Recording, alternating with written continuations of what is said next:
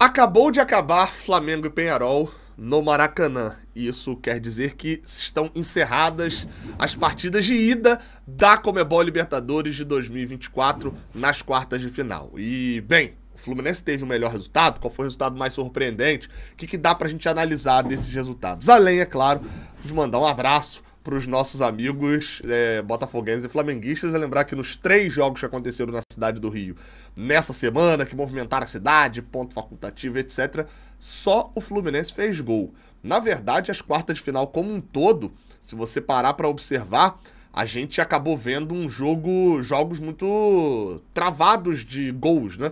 4 gols em 4 jogos é uma média baixa. Não esquece de deixar um like aqui embaixo, se inscreve no canal e vamos falar dos jogos.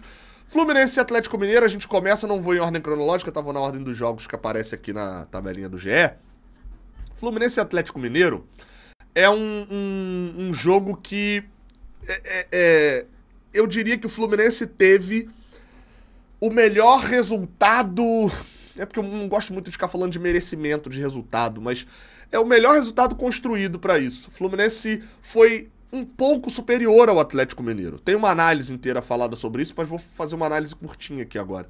O Fluminense foi superior ao Atlético Mineiro. O Atlético Mineiro tinha o objetivo de empatar, tentou travar o jogo, tentou em algum momento atacar o Fluminense, mas não conseguiu produzir em momento nenhum chances perigosíssimas contra o Fluminense em chances criadas. Pra não dizer em momento nenhum, no iníciozinho do segundo tempo tem uma jogada que eles giram até a bola chegar no Hulk, o Hulk bateu e o Fábio faz uma defesa, ele espalma e pega logo depois.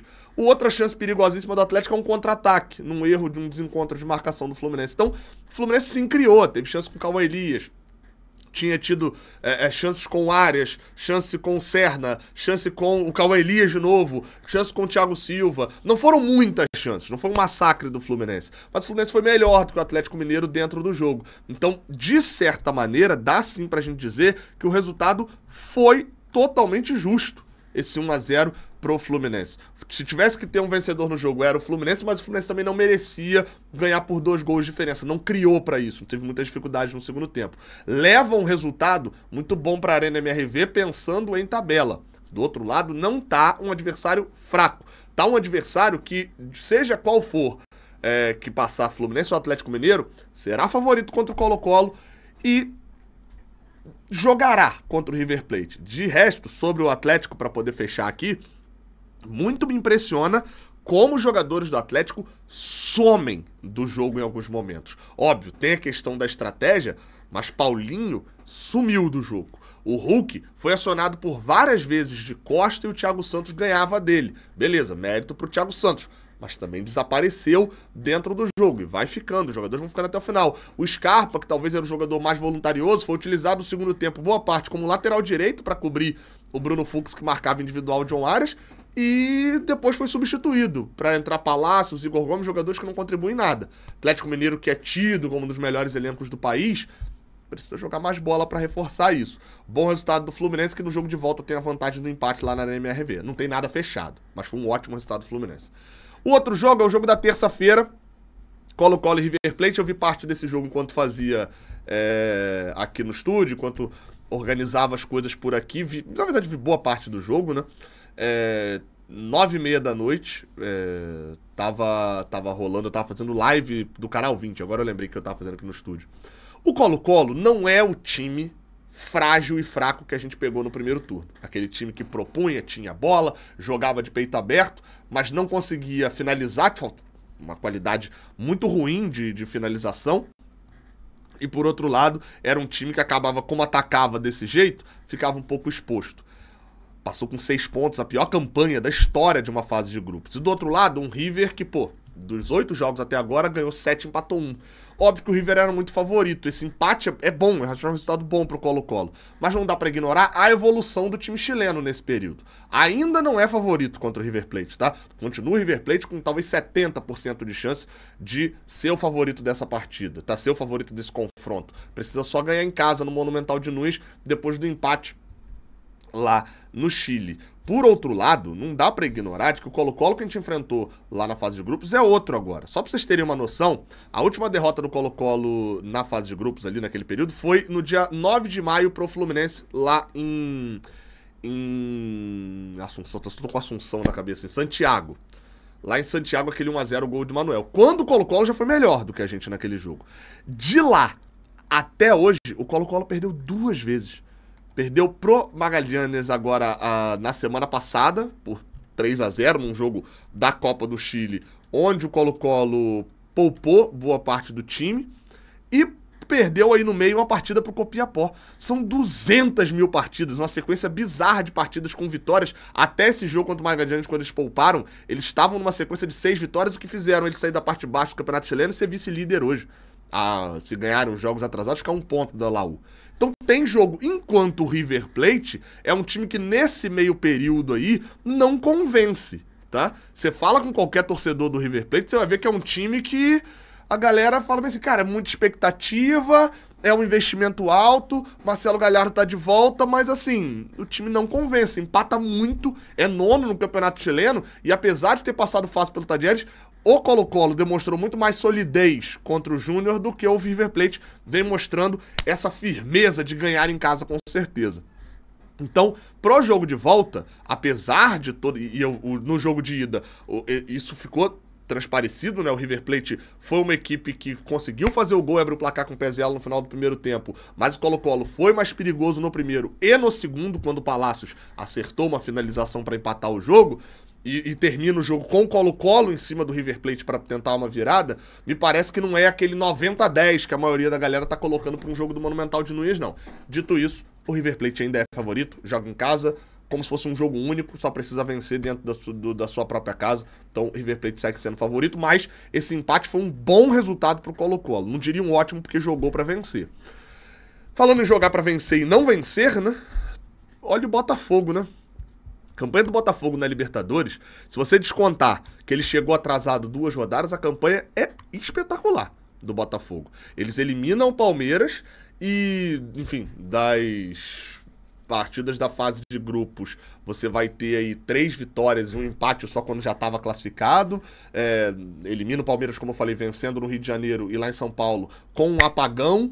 E eu diria que o apagão é o maior inimigo do Botafogo nesse confronto contra o São Paulo. Foi muito superior. Enquanto a gente estava fazendo pós-jogo, eu fui dando uma olhada nos lances, depois que acabou, eu vi o segundo tempo de Botafogo e São Paulo. O primeiro tempo do Botafogo contra o São Paulo, eu vi, como eu falei, eu vi os 4 jogos, é o maior massacre que tem nessas quartas de final. O Botafogo massacra o São Paulo e vai parar na trave, vai parar nas mãos do goleiro Rafael. O Almada, bem, jogando, Luiz Henrique participando do jogo, Igor Jesus surgindo na frente. É um time que tem uma dinâmica muito, muito, muito interessante. Dito isso, 0-0. No segundo tempo, a chance mais perigosa, talvez até do jogo, foi o Caleri sozinho dentro da pequena área, escorando para fora. Da grande área, acho. Escorando para fora. O maior inimigo do Botafogo, como eu falei, é a pressão da pipocada. É um time que não tem jogadores com vasta experiência de títulos e tranquilidade que vão botar a mão aqui no ombro de alguém e falar, ó, calma, calma, calma, vamos segurar, como tinha o Fluminense, tinha Marcelo, tinha Felipe Melo, mas apesar disso tem uma qualidade muito grande. O time do Botafogo hoje, qualquer posição que você cita no Brasil hoje, você bota um jogador do Botafogo como um dos melhores no cenário nacional. Então óbvio que é favorito. Ao São Paulo, vai restar botar a sua camisa, né? Com 3 Libertadores e o Botafogo sendo o único das quartas de final sem nenhuma, o São Paulo vai tentar botar 60 mil no Morumbi, pressionar o Botafogo e sair com uma vitória. Não é o prognóstico, eu diria que esse é o confronto mais aberto pra mim, tá?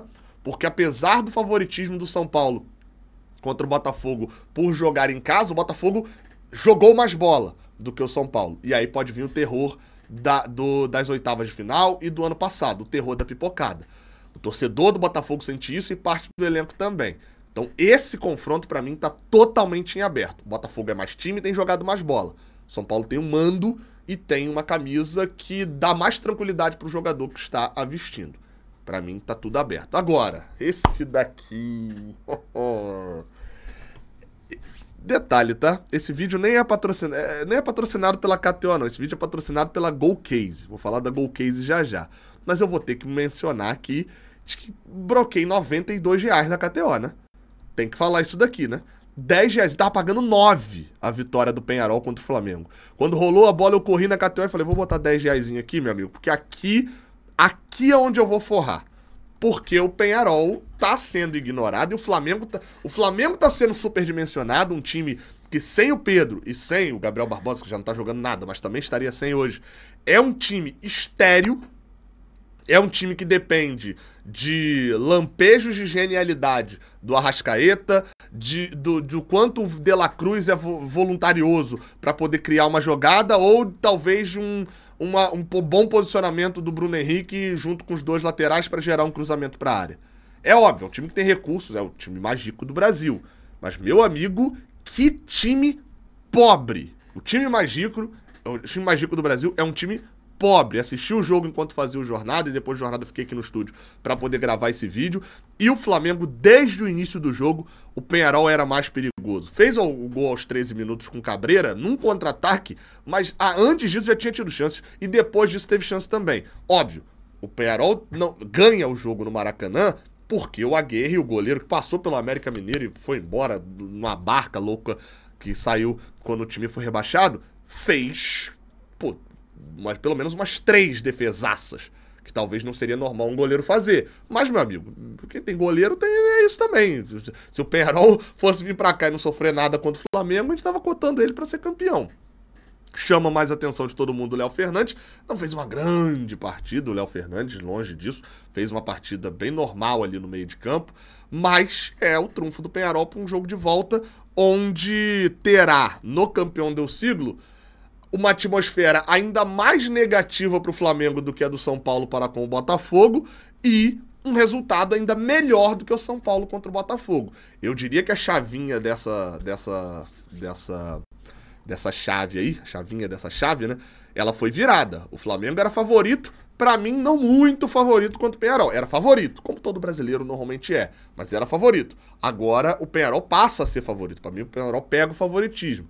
Um 60-40 talvez. Tem a vantagem de poder até perder lá no campeão del siglo, sendo que o Flamengo é um time que tem dificuldade de fazer gol. É um time que sem o Pedro morgou muito. E claro, tem muito recurso, como eu falei e tal, mas não é aquela coisa. A vitória do Flamengo lá no campeão del siglo, né, no Uruguai, não é um negócio extremamente improvável. Mas eu confesso que vendo os últimos jogos do Flamengo, eu não consigo ver o Flamengo chegando lá, se impondo e fazendo 2 gols de maneira rápida, aniquilando o resultado. Vai ser um jogo, tem jogo também, mas eu diria que o mais favorito neste momento, a classificação, eu colocaria o River Plate, apesar de tudo que eu falei do Colo-Colo. Em segundo lugar, o Fluminense, porque tem um bom resultado, mas tem um time mais equilibrado com o Atlético ali em alguns momentos. Depois o Peñarol e, por último, empatando ali entre São Paulo e Botafogo, porque eu considero mais empatado. Acho que o cenário é esse. Fato é que, até a quarta que vem, meu amigo, todos os times aí vão tentar ser campeões da Libertadores, vão tentar tudo isso, mas só o Fluminense é o atual campeão da Libertadores. E sendo o atual campeão da Libertadores, o Fluminense pode ostentar, por exemplo, capinhas como essa, da Golcase. Aqui, ó. Taça da Libertadores, pode ostentar a capinha do campeão da América, pode ostentar que é o campeão da América atual, o Fluminense. Na Golcase, por sinal, vale o destaque, eles não têm só capinhas não, tá? Se você comprar 2 capinhas, você ganha mais 2, detalhe, esse é ponto importante. Mas eles têm produtos térmicos também. As garrafinhas dele estão fazendo o maior sucesso, mas principalmente os copos térmicos. Tá ligado? Eu vou falar o nome da marca. Tá ligado o copo Stanley aí que você comprou, teu copo Stanley, que você pagou uma nota nesse copo? Então, a Golcase tem com a mesma tecnologia e é personalizada do Fluminense, pô. E é mais barato. Tá R$ 99,00 na promoção. Você pode personalizar, olha isso aqui só. Você pode personalizar o copo com teu nome e um número, pô. Você pode vir aqui, por exemplo, e botar 45 Lima. Foi o Lima que fez o gol, né, do Fluminense contra o Grêmio e contra o Atlético Mineiro. Você pode personalizar, ou pode botar o seu nome também, como eu fiz no meu, tá lá dentro, na verdade, camisa 10. Inclusive, falando em personalização, você também pode personalizar lá na Golcase uma capinha sua com a sua foto, ó. Aqui, ó, eu, Bia e Murilo em Londres. Uma foto que a gente tirou lá, de uma recordação que a gente quer guardar para sempre. Eu fiz essa capinha lá, botando pro meu celular, você pode fazer personalizada também. Tudo isso tá lá com o cupom JORNADA. usou o cupom JORNADA, você ainda ganha mais desconto. Beleza? Não esquece de deixar um like aqui embaixo, de se inscrever aqui no canal, vou deixar o link da GoCase e diz se você concorda comigo dentro dos favoritismos. Tamo junto, até a próxima. Valeu!